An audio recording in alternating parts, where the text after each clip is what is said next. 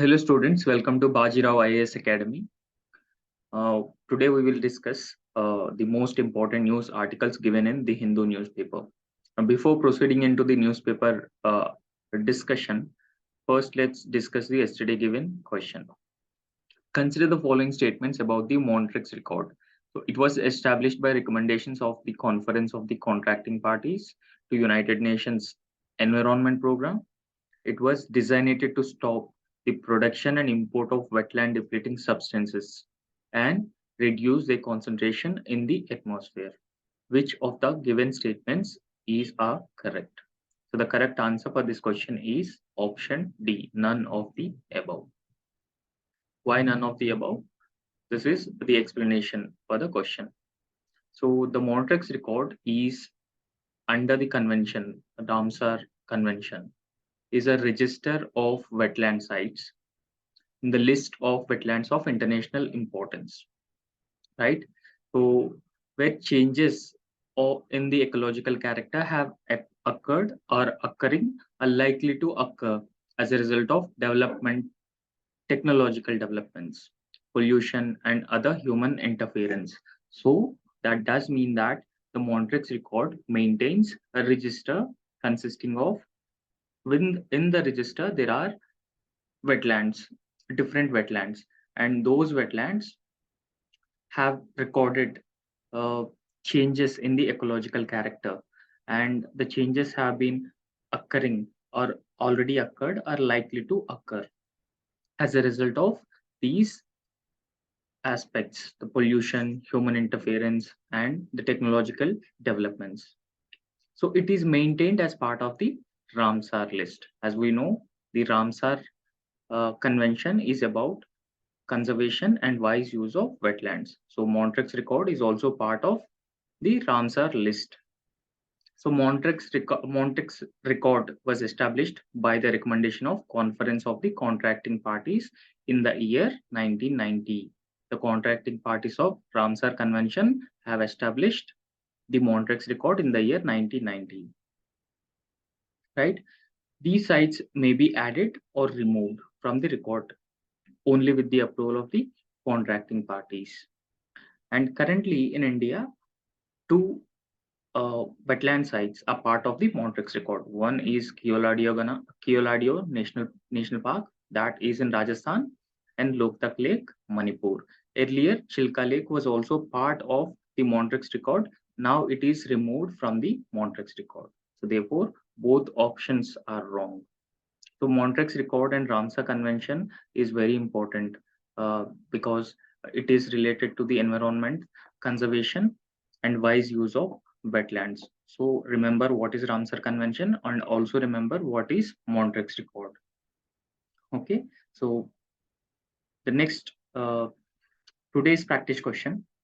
This is uh, consider the following environmental conventions. There are a different number of environmental conventions for the main for the control or regulation of transboundary movement of hazardous waste, or reducing the or eliminating the uh, persistent organic pollutants, etc. So the Basel Convention, persistent organic pollutants, Rotterdam Convention, prior informed consent procedure for certain hazardous chemicals and pesticides in the international trade. Right, the Stockholm Convention, control of transboundary movement of hazardous waste and their disposal. Which of the above pairs is are correctly matched? One only, two and three only, one, two, three. So select the correct option and type it in the comment box. Okay, so these are the list of important news articles for today's newspaper analysis. The first news article, these three news articles are very important for the mains exam. The first news article is a crucial 6 months for India US ties. So this article, this editorial has discussed India US, the present state of India US ties, and how India US can build on the existing strategic partnership, and how India US can play a larger role in the Indo Pacific region, how India's close cooperation with US could address India's concerns regarding the belligerence and assertiveness of China, So all of these aspects have been discussed in this article. So the next news article is India must balance the conservation efforts with the rights of forest dwellers. So in this article, the tiger population have been uh, India's tiger population has increased according to the recent tiger census. So therefore, the article stresses on the need to conserve the livelihoods and rights of the traditional communities who are living close to these animals, these tigers. So India must balance the conservation efforts with rights of forest dwellers, right? And the third article is Finland's journey from neutral to NATO. Recently, Finland become a part of NATO. It was a 31st member of the NATO grouping. So in this context, we will also discuss what is the need for Finland to be part of NATO and how it changed the security architecture and how it will impact the ongoing Russia-Ukraine war. Okay, so these are some of the important news articles for prelims. Aam Aadmi Party got a national party status. India to get below normal monsoon rainfall this year, and Tamil Nadu House resolution asks center to set limit for governor for clearing bills. Okay, so these are important news articles in uh, today's newspapers. Okay, so this is the first news article, the crucial 6 months for India US ties. So, in this article, India US ties have been, the present state of India US ties have been extensively discussed by the author, right?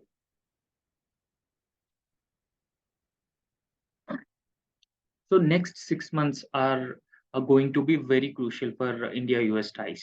The reason for, I mean, the reason for this is because Prime Minister Narendra Modi is likely to have an official visit to US uh, June, and US President Joe Biden is expected to visit India also because of the G20 summit later this year. So therefore, because of these reasons, the next 6 months of India-US relations are going to be very, very crucial. So there will be a greater engagement between these two countries because these two countries are part of the Quad grouping. They are part of G20 and also the I2U2 grouping. So the I2U2 grouping is also known as the Western Quad. So India, Israel, USA, United Arab Emirates are members of the I2U2. So India and USA are part of all three groupings. So therefore, there will be a greater engagement expected between India and USA. However, recently, since past 2 years, there was no US ambassador to India, right? But recently, US appointed an ambassador to India. So therefore, in this context, there will be a potential for a greater partnership. And so along with the potential for greater partnership and greater engagement, there are also some differences of opinion. So what are those areas of difference between India and US? The first is India's stance on Ukraine crisis.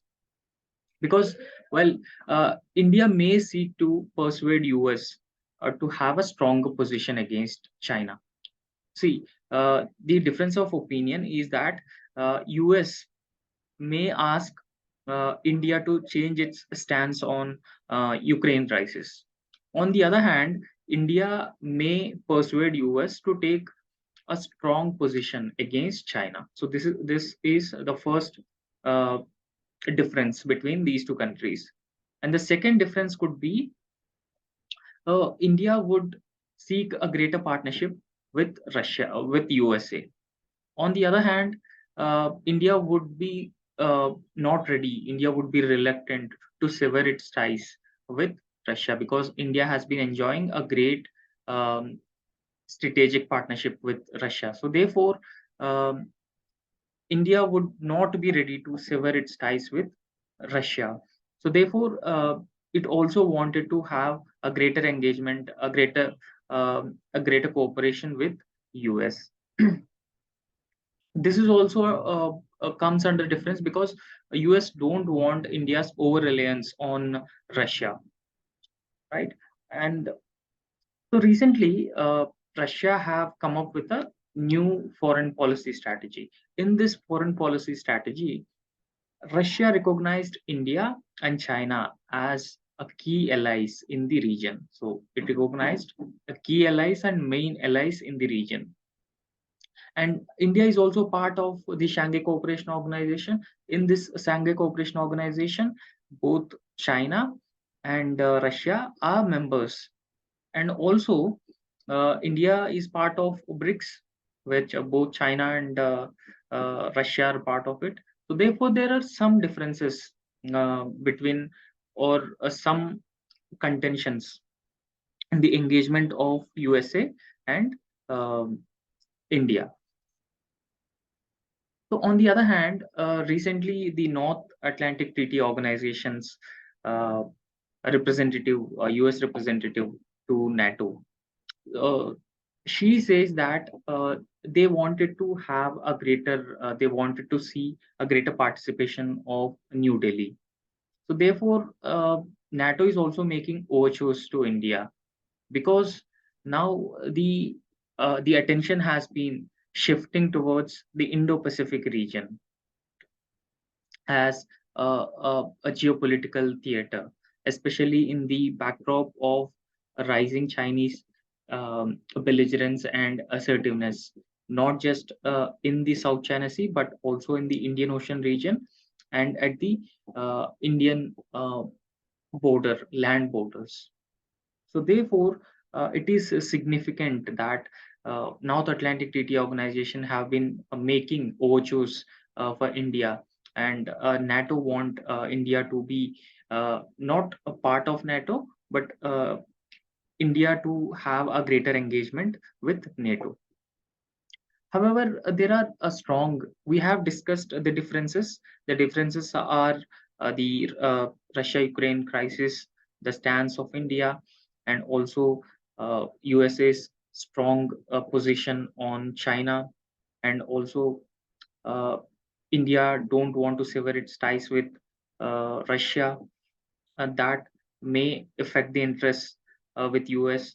So therefore, these are some differences between India and USA and their bilateral relationship. However, along with the divergences and differences, there are some convergence also between India and US. So what are the areas of convergence? First is India-US initiative on critical and emerging technologies. Please remember this. This is very important for the prelims exam. In preliminary exam, you may get a question on this. India-US initiative on critical and emerging technologies. So this was launched in 2020, 2022, and the objective of the Critical and Emerging Technologies Initiative is to expand the strategic technology partnership and also the industrial cooperation between the governments, businesses, and academic institutions. So, therefore, this initiative will certainly benefit India to further improve its defense capabilities, its not just the defense capabilities, but also the industry capabilities. And it will further improve India's engagement with the US as well, right? And the second area of convergence is Indo-Pacific partnership. See, the Indo-Pacific partnership is very important for both India and USA. Why it is important? It is important because now Indo-Pacific has been emerging as a new geopolitical construct. So USA and other Western countries wanted to play a larger role in the region. On the other hand, traditionally India enjoys a large influence in the Indo-Pacific region, especially the Indian Ocean region. So therefore, India have been engaging with like-minded nations like USA in the region will certainly benefits India. It is it it gives certain leverage for India, and it aimed at promoting security and economic growth, increasing trade investment, enhancing connectivity in the region. So there are, for example, G7. They have come up with they have come up with infrastructure development program like Build Back Better. That is to counter the Chinese Belt and Road Initiative. So therefore, they invest in connectivity in the region and greater investment, especially the foreign direct investment into the Indian market, and that gives a fillip to the economic growth. And the greater defense and security engagement between India and US will also promote security in the region, especially the maritime security. And the partnership is based on the vision. So you very often hear about this free, open, inclusive Indo-Pacific region. The overall objective of the Indo-Pacific region is generally considered as the Asian centrality and free, open, inclusive Indo-Pacific region. Inclusive Indo-Pacific region means that Indo-Pacific region is not limited to few countries. For example, China claiming that the South China Sea belong to us. China have been constructing the artificial islands in the East China Sea and the South China Sea as well.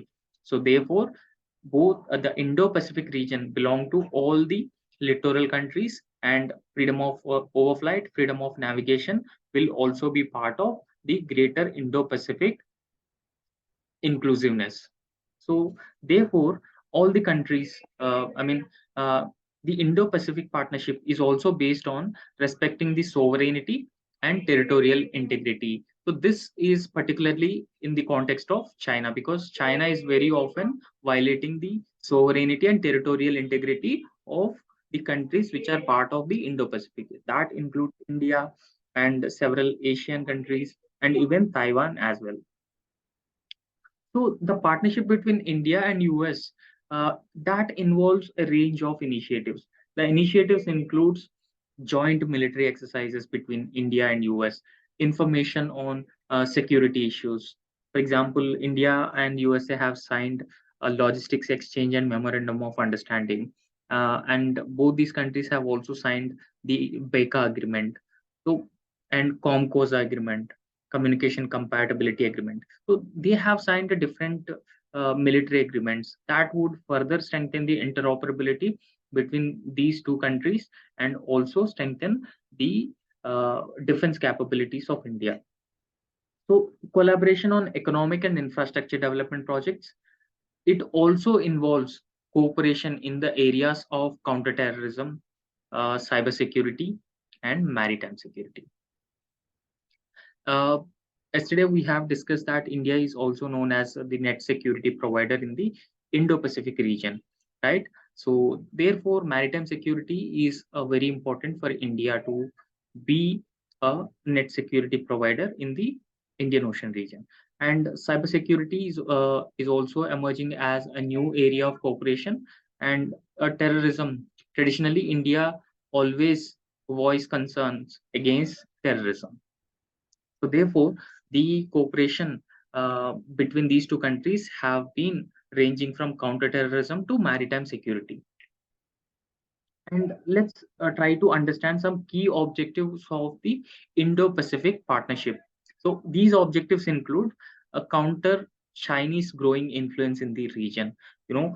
China now become uh, a military power, an economic power, and it is also, challenging the hegemony and the dominance of US. And it also wanted to create a bipolar world order.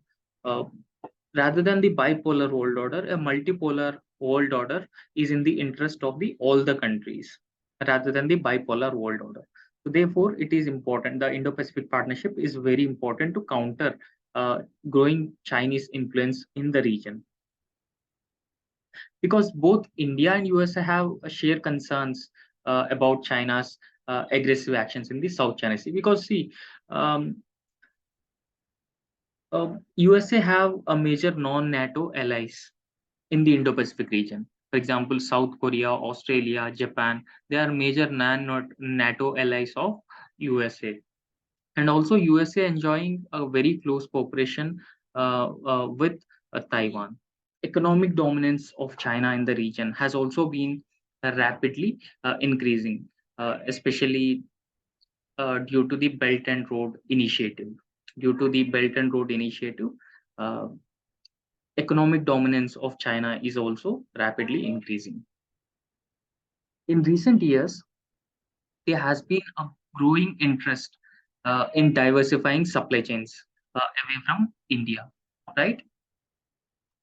So there has been a growing interest because these countries don't want to depend on China for their critical raw materials. So they wanted to diversify their supply chains, and uh, India now is also part of the supply chain resilience initiative. Um, uh, Australia, Japan, and India part of that initiative. And along with that, the geopolitical tensions, trade disputes, concerns about the over reliance on a single country. Because of these reasons, uh, India and USA wanted to, uh, you know, diversify the supply chains and these are all areas which are the common convergence of concerns of USA and India. And India's growing consumer market will also provide an opportunity for USA's business community because India is a huge market. So therefore, USA's business community looking at India's huge customer base as as an opportunity.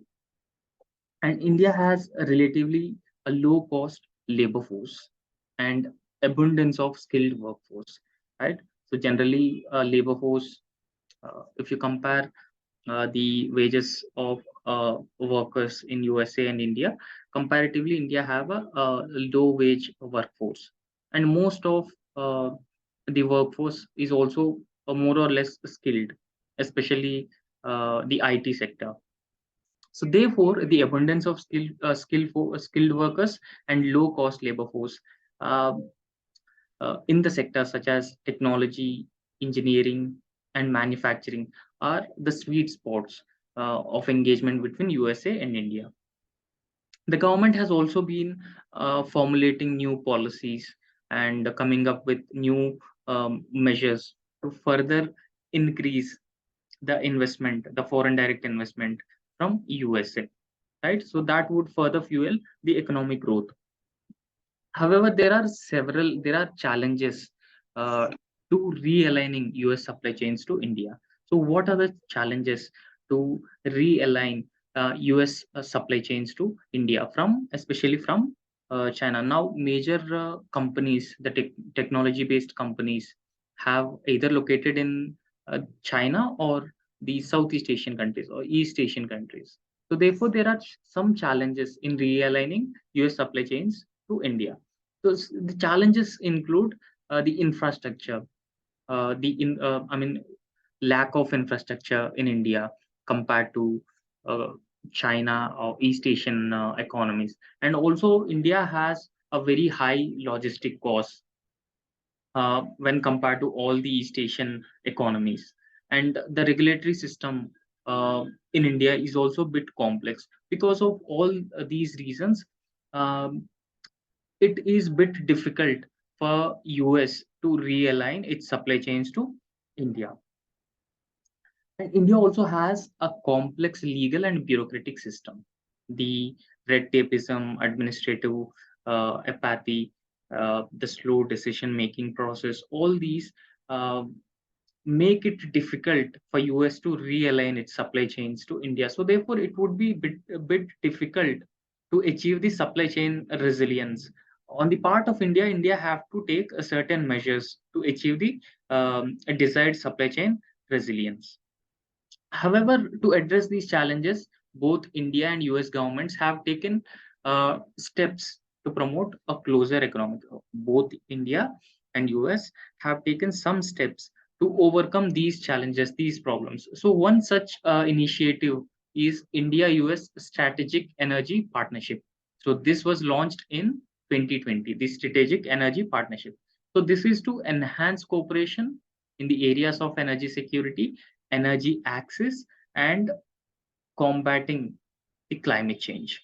So this strategic energy partnership mostly focuses on renewable energies and sustainable generation of uh, energy resources. And there are several ups and downs in India-US relationships. So we have discussed the major areas of differences, and we have also discussed the convergence in terms of the Indo-Pacific partnership and the common concern in the form of China. And also, uh, there are several ups and downs in the India-US relationship. Okay, so for example, India and USA have signed the nuclear deal and the liberalization of markets and outsourcing of Indian techies for US companies. A few key moments of relationship. So uh, when a civil nuclear cooperation agreement was signed between India and USA, that led to the investment from the US side into the India's nuclear energy generation program, and also liberalization of markets facilitated US investments into the Indian economy, and outsourcing of Indian techies for US companies. And in fact, USA is one of the biggest consumer of uh, India's IT services. So now India has been enjoying the favorable balance of trade with US, and also in terms of services also India has been enjoying a favorable balance of trade.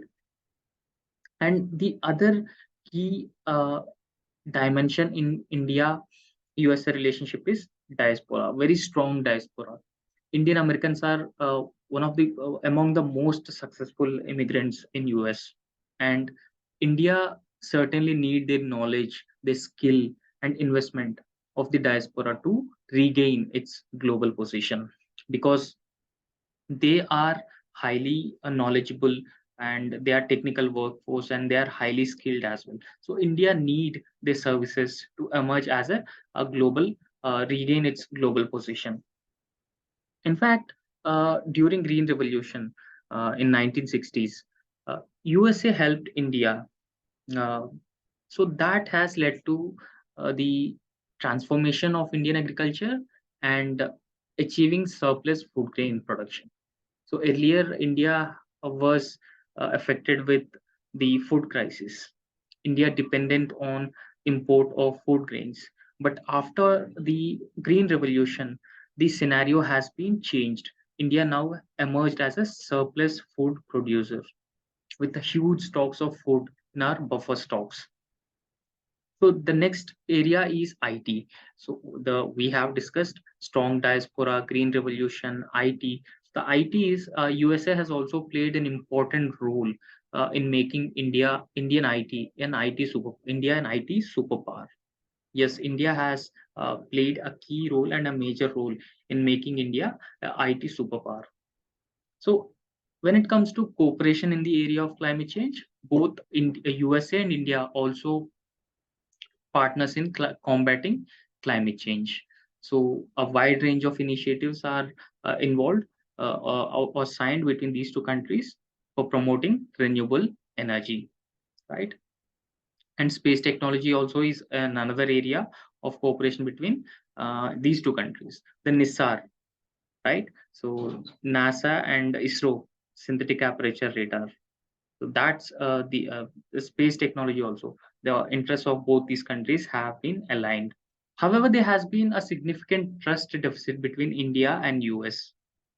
So the trust deficit is mainly because of two reasons. One is um, especially the people, especially among Indians, that it has pivoted to support Pakistan, the military regime. Once USA continuously supported Pakistan and severed its ties with India. That was the one reason, and the second reason was the hasty pullout from Afghanistan. So once USA pulled out of Afghanistan, it is generally believed that USA is not a trusted partner, right? So these are two concerns why generally there is a lack of a trust deficit, a lack of trust on USA. However, USA very frequently flagging issues related to terrorism, human rights violation, and democracy in India. This is also a cause of trust deficit among these two countries. However, both these countries are building a strategic partnership, so they can slowly become stronger together. They are slowly coming together, and they are also growing together. However, the need of the hour is to take this relationship forward constructively, constructively building a comprehensive and strategic partnership among these two countries. So, and also these countries should look forward to for positive areas for the collaboration. So therefore, uh, with this relationship, not just USA, India will also benefit enormously. It is not just related to the Indo-Pacific, but it also related to different sectors such as IT, space, Indian diaspora, and foreign direct investments. So a wide range of sectors and technology transfer, climate change. So all these areas will further improve India USA relationships. So this is all about this article. So let's look into the another news article. So the another news article is regarding the recently conducted tiger census, and India must balance the conservation efforts. Yes, with the Project Tiger, India has designated total 53 areas as tiger reserves. So with these conservation efforts, along with these conservation efforts across the country, it is also important to protect the rights of the forest dwellers who are living in those areas. So, therefore, the conservation efforts would be more sustainable and effective. So, this article says that India's tiger population 2022. So, it was a total population of tigers uh, reached to 3,167. And please remember, once in a 4 years, the tiger census conducted in India. The tiger census is conducted by the National Tiger Conservation Authority and the Wildlife Institute of India. So the previous exercise was conducted in the year 2018. So when the exercise was conducted, the census was conducted, the total tiger population was 2,960, 67. However, it is expected that the census, the tiger population number would further revised upwards, as this is not a comprehensive survey, sorry, on the number of tigers. Tiger population, right? So the Project Tiger, India also celebrating the 50th year of Project Tiger. Project Tiger is largely a success because there has been a significant increase in the tiger numbers, and India accounts for 80% of the global tiger population. However, since the Project Tiger has been launched in 1973, uh, the governments, the successive governments have been taking or paying attention to ensuring that the tigers, they are generally vulnerable to environmental degradation and extinction in several areas. So they continue to populate Indian forests. The successive governments have been taking all the necessary measures to ensure that the tiger population maintains its stability in Indian forests. Generally, tiger population is vulnerable to environmental degradation, and uh, in fact, in several countries, tiger population literally went extinct. The recent example is Cambodia, where tiger population went extinct. However, India is able to ensure that there has been an increase in the tiger numbers without relying on the. I mean, India is able to. India is able to increase the tiger population without fencing the tiger reserves. And also, uh, there has been a community participation in like forest dwelling community, generally also associated with uh, these conservation efforts in India. However, the distinct traits of India's big cat conservation, these are the distinct traits of India's big cat conservation approach, right? So, what are these distinct traits? One is involving the local communities, participation of the forest dwelling communities in the conservation process. And secondly, the tiger reserves are not fenced. Despite they are not fenced, India is able to achieve the increase in tiger numbers. However, there are different challenges in protection and conservation of tigers.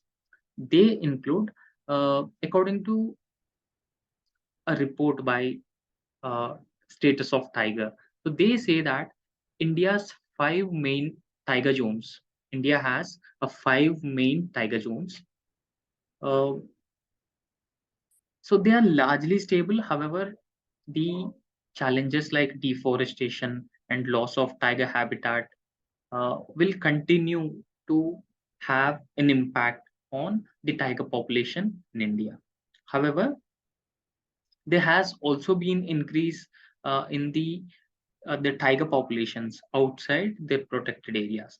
When tigers are outside the protected areas, that increases the man animal conflicts, and that also signifies that there has been deforestation of habitat fragmentation has been taking place. However, the Project Tiger has grown from 9 tiger reserves to 53 tiger reserves today. However, there I mean, there should be serious conservation efforts are needed to stabilize the tiger population, especially in the states of Jharkhand, Odisha, Chhattisgarh, Telangana, and Andhra Pradesh. However, the wildlife habitats have faced serious threats. So the serious threats are from habitat encroachment, hunting, conflicts with humans, unregulated cattle grazing, excessive harvesting of uh, nano timber, forest produce, fires, forest fires, mining, and expanding infrastructure are some of the challenges the wildlife habitats have been facing, right? And that will have a significant impact on the overall tiger conservation effort and the tiger population as well. Because increasing man-animal conflict is a not good sign of the conservation efforts, and also the habitat encroachment by the agricultural activities or irresponsible tourism, so hunting, poaching. So they continue to pose challenges for these conservation efforts, right? So, however, experts have been saying that Indian current tiger reserves can host up to 4,000 of tigers. However, uh, expanded efforts improving fledgling reserves, these numbers can increase. However, at present, tiger reserves can host 4,000 tigers, up to 4,000 tigers, but increase in number need declaration of more such reserves and also translocation of these tigers. But there is a need for maintaining a delicate balance between the conservation efforts, right? So because of the conservation efforts, you cannot displace the local communities, the forest dwelling communities, because that impacts their traditional rights and that impacts their livelihoods as well. So the right approach would be, even if you declare a particular area as a tiger reserve, you should also respect the rights of the forest dwelling communities. So there should be a balance between making the ground fertile for conservation and also keeping the rights of forest dwelling communities intact, right? So ensuring that the right to livelihood and dignified living of communities is protected, because they generally live closest to these uh, wild creatures or the wild animals. So they live very close, and they are part of the overall conservation efforts. So therefore, their right to livelihoods and the dignified living of communities should always be respected. However, cheetah, leopard, lion, tiger, so they can coexist in India. So there should be a right incentives in place for all stakeholders, including the local communities and also the conservation measures or the conservation efforts. So this is all about this news article. So this news article. This uh, discussed about the recent increase in the tiger population and also the conservation efforts undertaken by the successive governments, and what are the threats to the conservation efforts, um, and also how it is important to balance the rights of the forest dwelling communities with the conservation efforts. Okay, so the next news article is Finland's journey from neutral to NATO. Recently, Finland joined the North Atlantic Treaty Organization. Finland became the 31st member of the NATO grouping. So, NATO is a security alliance which was established in the year 1948, owing to the threat from the then USSR. On the backdrop of Russia-Ukraine war, Finland, which shares border with Russia, now became part of the NATO grouping, right? So now it is under the overall security umbrella of NATO. So in this backdrop, let's discuss this news article as well. Okay. Finland journey from neutral to NATO. So earlier, Finland was largely a neutral. It was neither part of the USSR camp nor with the NATO camp. So earlier it was neutral, but it joined NATO grouping. Um, so on April 4, 2023, Finland joined NATO as a 31st member. So it is very significant because NATO security guarantees will extend to this country as well. Remember, we have discussed that Finland shares border with this 1,340-kilometer border with Russia. So therefore, Finland joining NATO is very significant. Why it is significant? Because NATO can deploy forces right up to the uh, Russian border, and that will have a significant implications and repercussions in the overall security of Europe, and that will further increase tensions as well in the Eastern European region. However, so NATO's General Secretary Stoltenberg says that Finland is safer, NATO is stronger with Finland as an ally. So this was a statement made after Finland joined in the NATO grouping.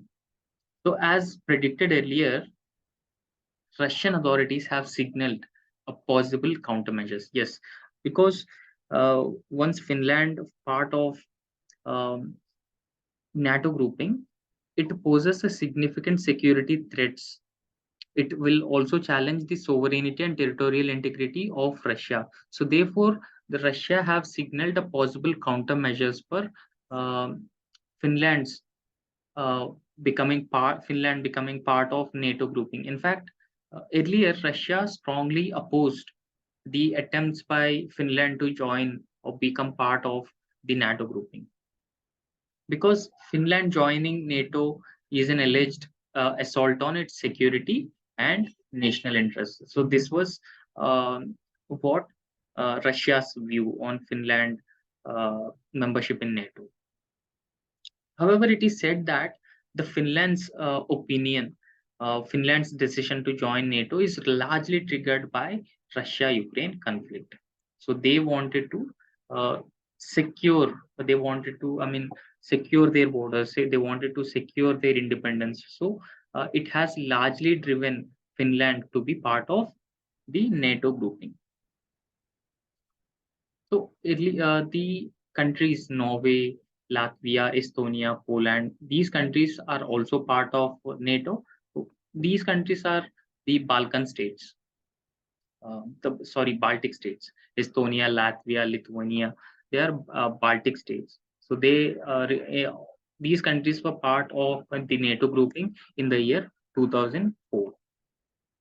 In fact, the Norway, which also shares a border with Russia, also part of NATO group. So in this scenario, Russia needs to learn how to navigate through these growing complexities. Growing complexities means NATO is right at the border of Russia. So therefore, Russia need to know how to navigate through such a complex situation. However, the Russia Finland relationship dates back to more than 200 years, and it is a combination of struggle and compromise between these two countries. They have been a continuous struggle and also compromise on these countries. And this is what the relationship between Russia and Finland is shaped. So here it is discussed that how uh, Russia and Finland's relationship has been shaped over a period of last 200 years. First, in 1809, Russian Tsar Alexander I defeated Sweden and acquired Finland as well.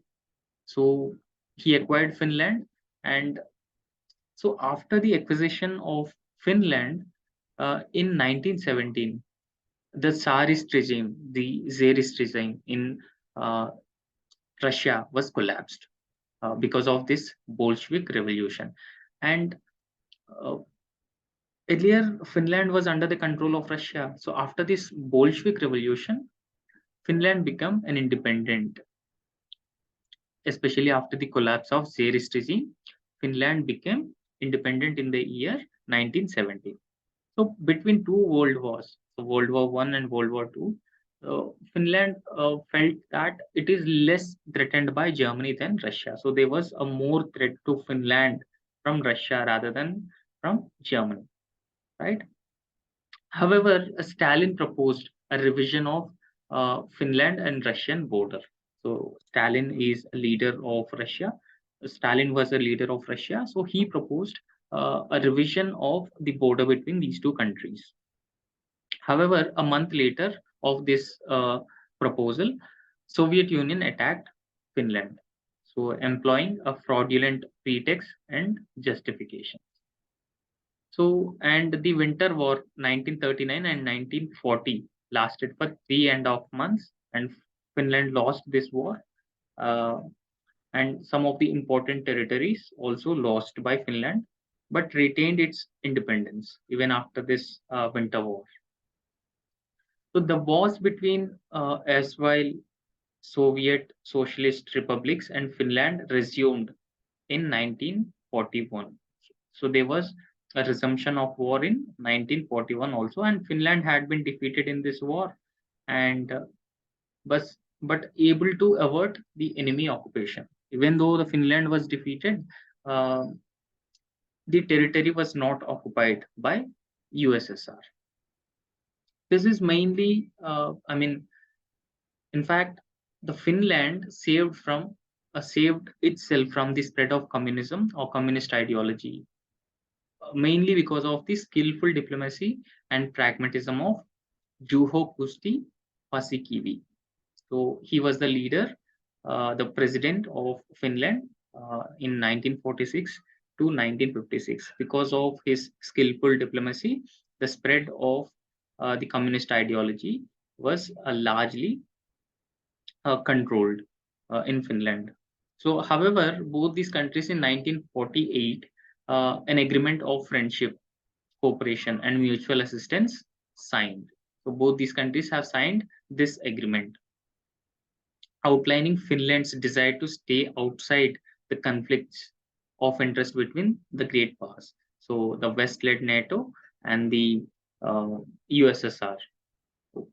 Finland wanted to be a neutral state in this conflict. So the agreement of 1948 agreement of friendship, cooperation, and mutual assistance, facilitates or recognizes the neutrality of Finland.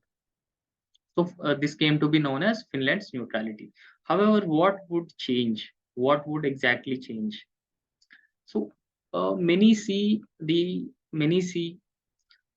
the attempt of Finland to join NATO as a rational choice, especially in the backdrop of a recent Russia's attack on Ukraine. So, therefore, the cooperation between Finland and NATO began in the year 1994. Even though it was a neutral state, the cooperation between Finland and the NATO uh, began in the early 1994. And the name of the program was the Partnership for Peace. Under the Partnership for Peace program, um, the engagement of NATO and Finland began to uh, operate.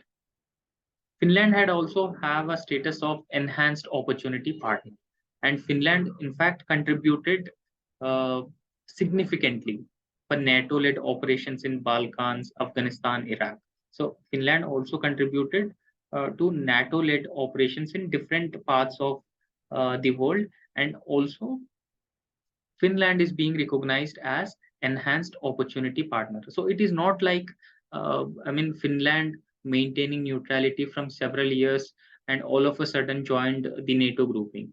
There has been a long-standing relationship between NATO grouping and Finland as well. So therefore, it is said that the decision of Finland is most calculated and rational choice.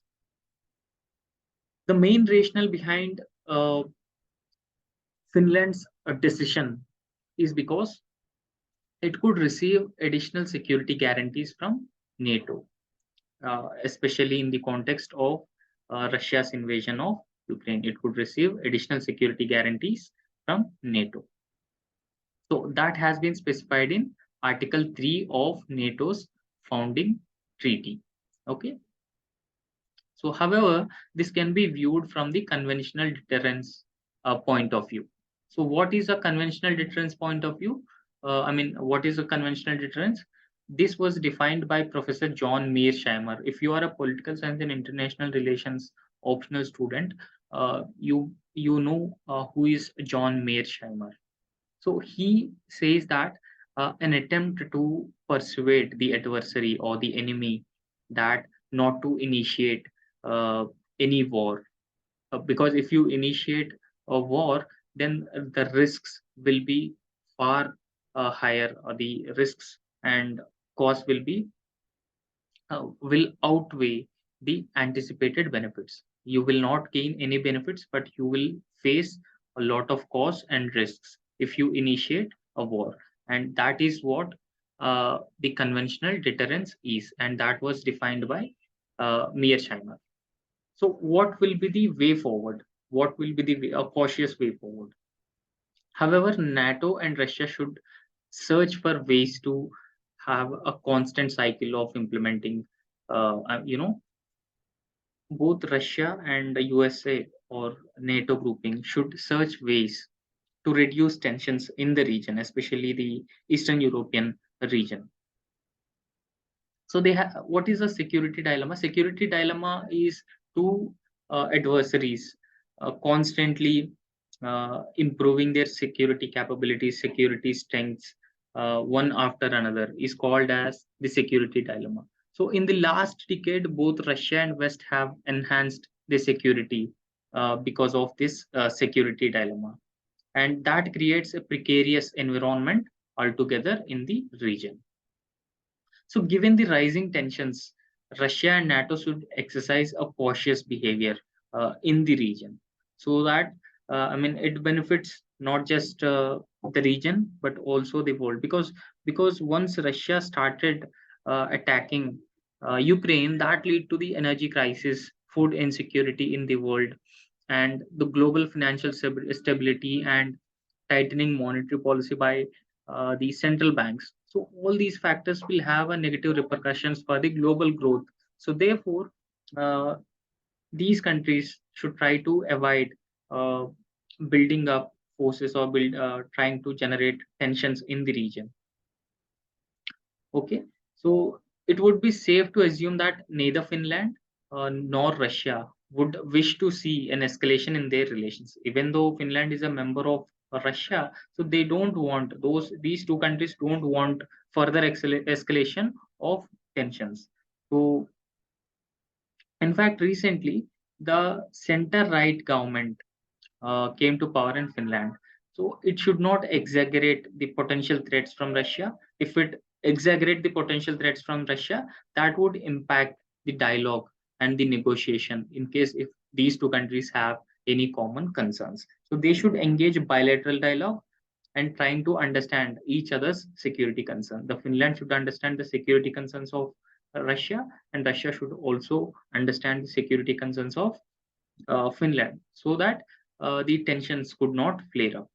However, there are few members in NATO, so they are willing to have use of more diplomatic tools and lower the temperatures in the region. Because lowering temperatures in the region, lesser conflicts in the region would benefit not just the region but entire world. So this is all about Finland's decision to join NATO grouping and how this will impact the ongoing situation in the Europe and beyond. Okay, so this next news article is Tamil Nadu passes a resolution. Tamil Nadu State Assembly passes a resolution, asks center to set a time limit for governors for clearing bills.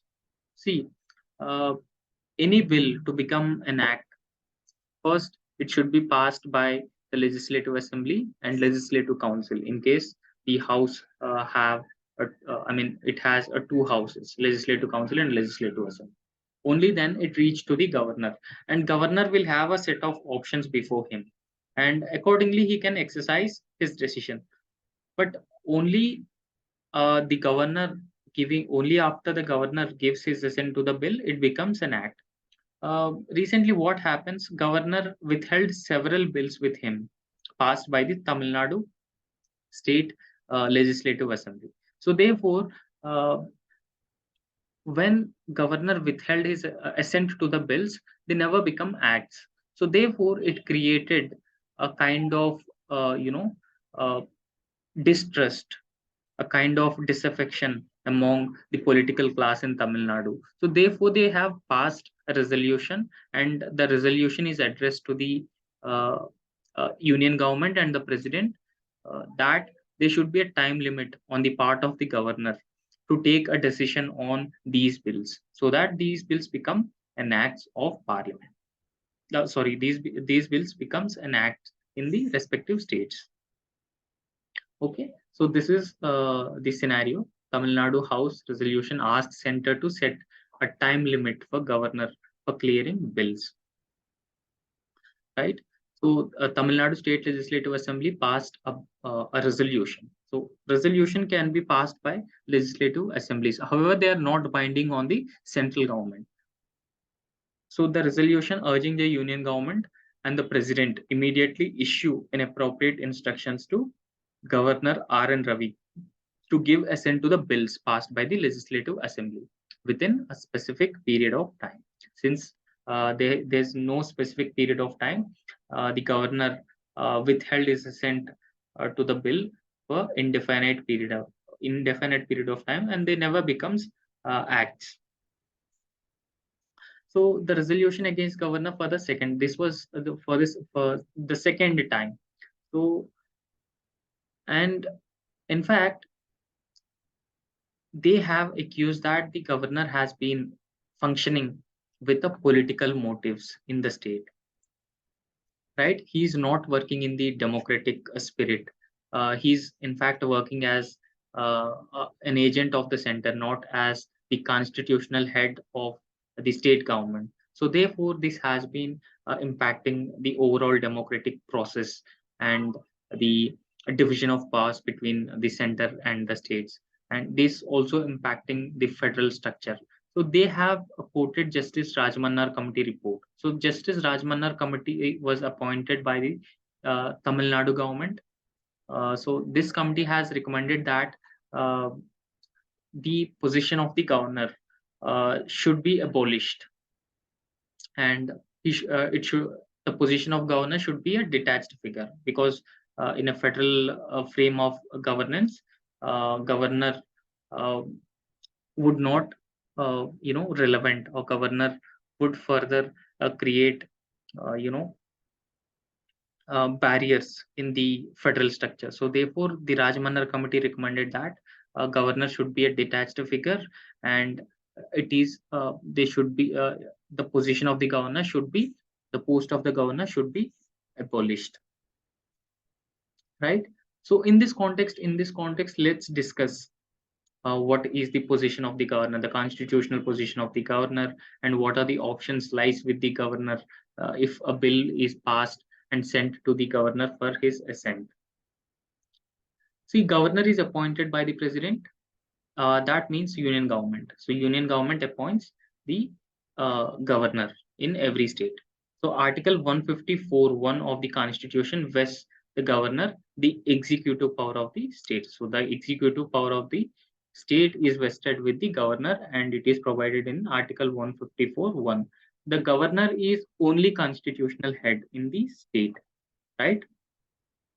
So, and the executive power of the state is exercised by the Council of Ministers, as governor can act only as per the advice of the Council of Ministers. So the real executive power in a state is enjoyed by the Council of Ministers. Governor is just a constitutional head. However, this position of the governor has been affirmed by Dr. B.R. Ambedkar also. So Dr. B.R. Ambedkar says that uh, governor under the constitution has no functions which he can discharge by himself.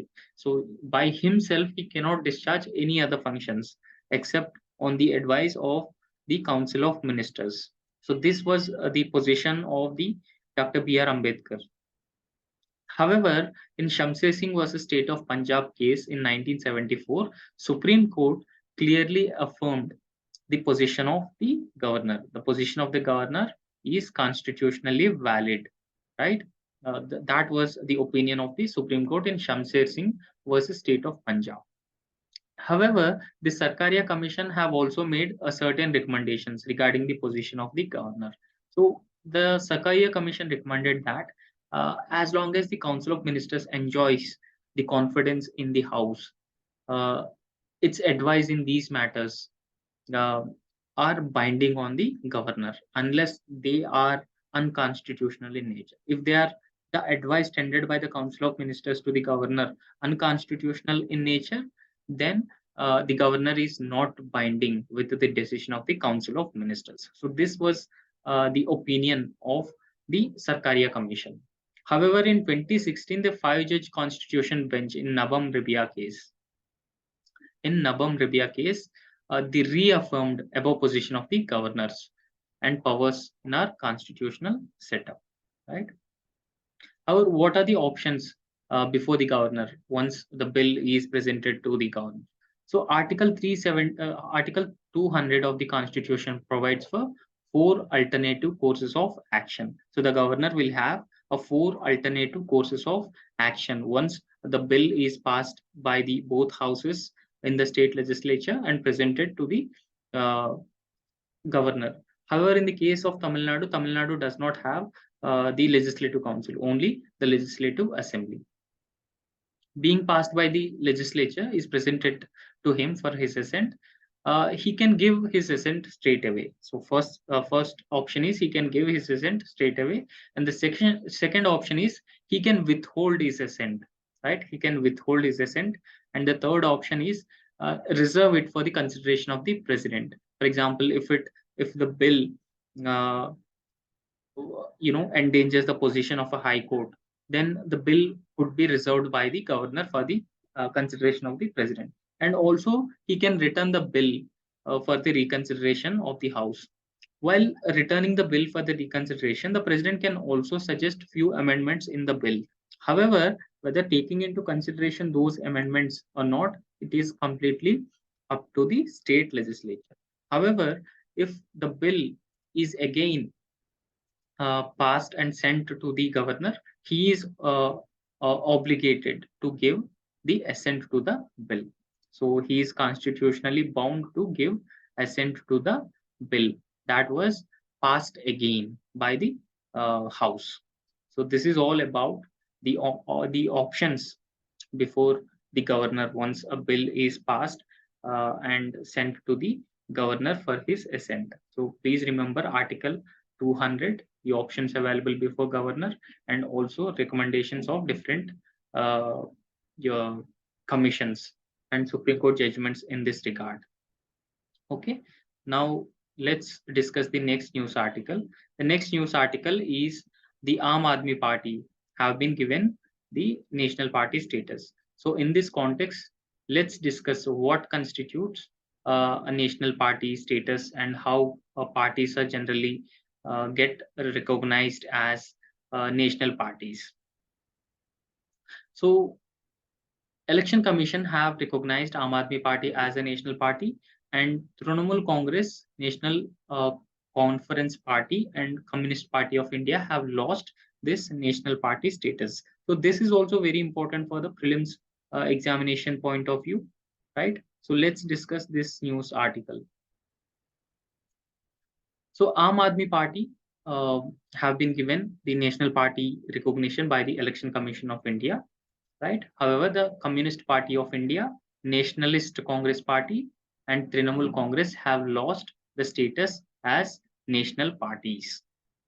However, at present, with the recognition of Aam Aadmi Party as a national party and removal of few other parties from the list of national parties, now only six national parties are uh, currently recognized. So those six national parties are the BJP, Congress, National People's Party, Communist Party of India, Marxist, the Bahujan Samajwadi Party, and the latest edition, Aam Aadmi Party. So these parties have been recognized as national party at present in our country. However, the recognition of national parties is given by the Election Commission of India under Election Symbols, Reservation and Allotment Rules 1968. Please remember this order, because when UPSC asks a question, they generally swap the statement with, or they generally change this statement with the Representation of People's Act, or according to the Constitution, the Election Commission of India can recognize uh, political parties as national parties and state parties. So please remember, Election Commission accord a status of national party, state party to political parties as per election symbols, reservation and allotment order 1968. Okay. So in this context, let's see what are the benefits, how a party is recognized as a national party, and what are the benefits of becoming a national party, and list of national parties currently. So these are the criteria to get recognized as a national party. So it should have a 2% of seats in Lok Sabha from at least 3 different states. So this criteria is also very important for exam. Please remember. So it should get a 2% seats in Lok Sabha in at least 3 different states. And the other criteria is it should get at least 6% of valid votes polled in 4 states, in addition to 4 seats in Lok Sabha. So 4 seats and four states and 6% of valid votes polled. And it should get recognition as a state party in 4 or more states. If it gets recognition in 4 or more states as a state party, and that will require a party to win 3% of seats in each legislative assembly. If a party wins 3% of seats in each legislative assembly, and uh, it have recognized as a state party in 4 or more states, then also the party is recognized as a national party. So national parties enjoy certain benefits. So one is a winning recognition as a national party entitles the political entity to exclusive electoral symbol. So it will have an exclusive electoral symbol on its candidates. So with this symbol, these candidates can contest elections across India. In addition to this, uh, it entitled to 2 sets of electoral rolls. Generally, Election Commission provides electoral rolls to the political parties and its members. So it is entitled to 2 sets of electoral rolls free of cost and broadcast telecast time over state-run radio and television during general election. So during general election also they can broadcast or telecast time will be given for the campaigning in state-run radio and television during general elections. So we already discussed there are now 6 parties which are currently part of the national parties. Okay, so there are 6 parties. Few additions have been made. The Trinamool Congress removed from the list along with the National Conference Party. So this is all about the recognition of national political parties and the benefits given to the political parties. So the next news article is India to get below normal monsoon rainfall this year, right? So this has been a prediction um, made by a private weather forecasting agency. So India is likely to experience a below normal rainfall in this year 2023. So there has been an increased likelihood of El Nino. So what is El Nino? We will discuss about El Nino in the later part of this lecture. However, the likelihood of El Nino is increasing and its probability to become a dominant category during the monsoon is growing large.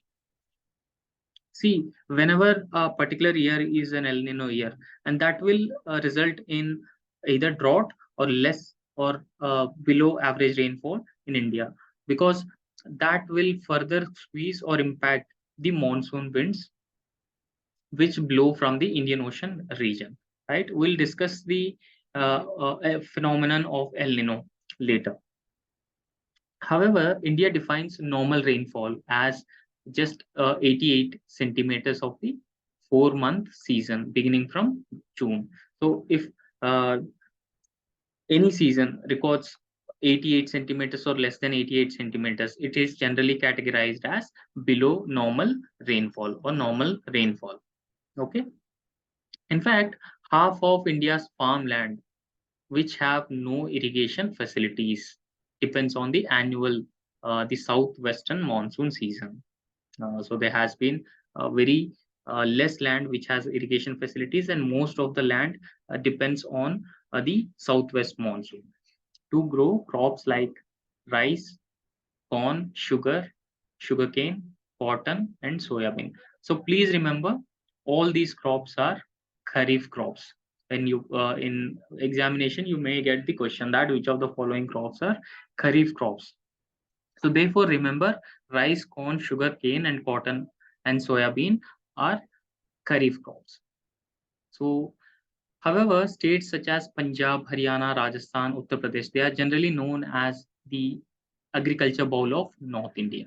So these states together called as the agriculture bowl of North India. So they may get less than normal rainfall during the second half of this season. So within the 4 months, the first half of the season and the second half of the season. So in the second half of the season, these states will get less rainfall than the normal rainfall, right?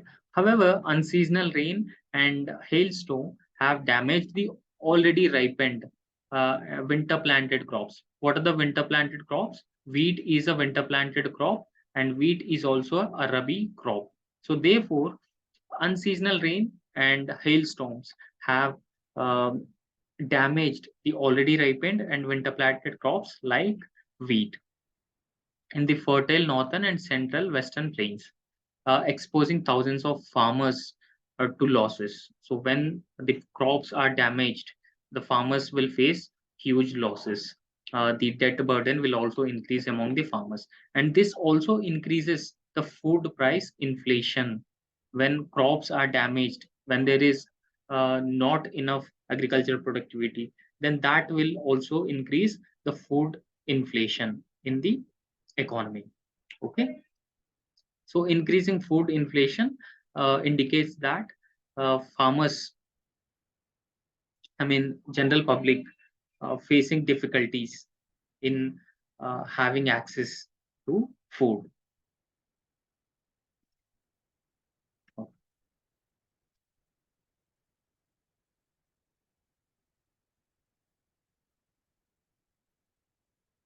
So this is the difference between El Nino and La Nina. So during El Nino times, what happens is this is Equator, and this is India, and this is the Southern America, and this is the Northern America. Okay, so this is Northern America. So what happened? This is Indian Ocean, and this is Pacific Ocean. In normal times, what happens is that the Western Pacific Oceans are generally warmer than the Eastern Pacific Oceans. So that lead to the southwest monsoon having a further, uh, you know, they're further intensified because of the warmer temperatures in the Western Pacific Ocean. But contrast to this, during El Nino years, what happens is the Eastern Pacific Oceans becomes cooler, right? So the Eastern Pacific Oceans become more cooler, and the Eastern Pacific Oceans become more warmer. Sorry, they become more warmer, and the Western Pacific Oceans become more colder. So when these Western Pacific Ocean become more colder, the winds flow from Western Pacific Ocean to Eastern Pacific Ocean. So that could further weaken the Indian monsoon, the below normal rainfall or drought-like condition in India and Indonesia, Australia regions. So this is the El Nino phenomenon, right? So during El Nino, what happens is that the trade winds weaken in the Western Pacific Ocean. This is Western Pacific Ocean, and trade winds generally flow from east to west, and due to the intensifying or increasing temperatures in the Eastern Pacific Ocean, the trade winds weaken in the Western Pacific Ocean. The trade winds cause warmer waters in the eastern side. The sea surface temperature increases across the Eastern Pacific Ocean. As I have said, the sea surface temperatures in the Eastern Pacific Ocean will increase. Okay, so El Nino events occur every 3 to 7 years. So this leads to reduced upwelling of deep nutrient water, leads to reduction in fish population along the South American coast. Due to warm water in the Eastern Pacific Ocean, there will be a reduced upwelling, and reduced upwelling means a reduced fish populations along the South American coast, and that will impact the economy of the countries which border the South America. So this is what El Nino is all about. Okay. Uh, these are all news articles for today's discussion, and thank you.